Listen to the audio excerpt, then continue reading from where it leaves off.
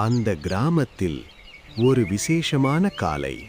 வானம் செம்மஞ்சள் நிறத்தில் சூரியனை சிரிப்போடு வரவேற்றது. புல்வெளியில் பனிக்குழிகள் முத்துக்களாய் ஜொலித்தன. வீட்டின் முன்றலில் பொங்கல் பானை முன் அம்மாவும் அப்பாவும் கைகளை கூப்பி நின்றார்கள். சூரியனே, எங்கள் உழைப்பை ஆசீர்வதிக்கவும். சிவப்பு புடவையில் அம்மா அமைதியான புன்னகையுடன், வேட்டி அணிந்த அப்பா பாசத்துடன் குழந்தைகளை பார்த்தார். சின்ன மகள் கேட்கிறாள், அம்மா, பொங்கல் பொங்குமா? அம்மா சிரித்தபடி சொன்னாள், பொங்கும் கண்ணே, நம் சந்தோஷம் மாதிரி.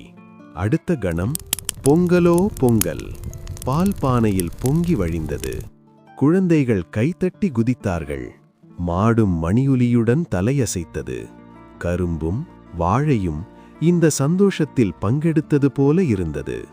அந்த குடும்பம் உணர்ந்தது, பொங்கல் என்பது சாப்பாடு மட்டுமல்ல, நன்றி, ஒற்றுமை மற்றும் அன்பின் திருவிழா.